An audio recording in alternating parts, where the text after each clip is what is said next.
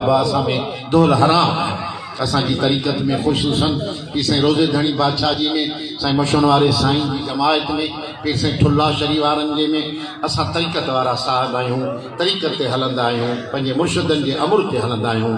असांखे मन थियल आहे, असांखे सख़्ती सां मन थियल आहे त दोहल दमामा न पंहिंजी शादी में कजो, न वरी कंहिं ॿिए कंहिं में शिरकत कजो जिते दोहल वॼनि उते तव्हांखे वञणु हराम।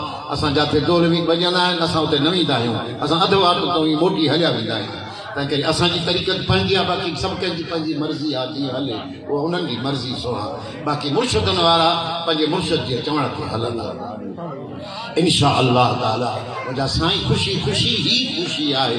दोल वॻा वठ सठ थी हे थो घोर घोरिया था मथे असां हुनखे ॾिनासीं मंगणहारनि खे, इहो ख़ुशी न आहे।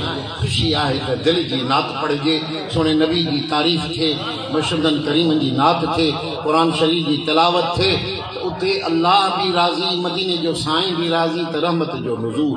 हुज़ूर जी हदीस आहे त जिथे न दोल वॼंदो आहे उते शैतान अची विच में नचंदो आहे। पर शैतान खे विहारियो त मदीने वारे साईं खे विहारियो। इहा रस्म दोहल वारी, इहा दुनिया वारी रस्म आहे, इहा जेको दीन खां बेगाना आहिनि उन्हनि जी रस्म आहे। मुंहिंजा साईं जेको दीन वारो हूंदो उहो दोल न वॼाइजो।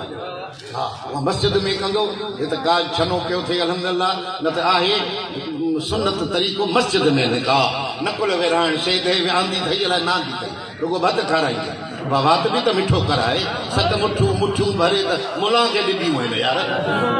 तूं चाह मिठी प्यारी माशा अल्लाह त तोसां रियात कयूं था वारा साईं। बाक़ी इन खां बाद छुहारा या नकुल या रेवड़ियूं इहे थोरो मुठ मिड़े, थोरो वात मिठो थिए। अल्लाह ख़ुशि रखे, सदा आबाद रखे।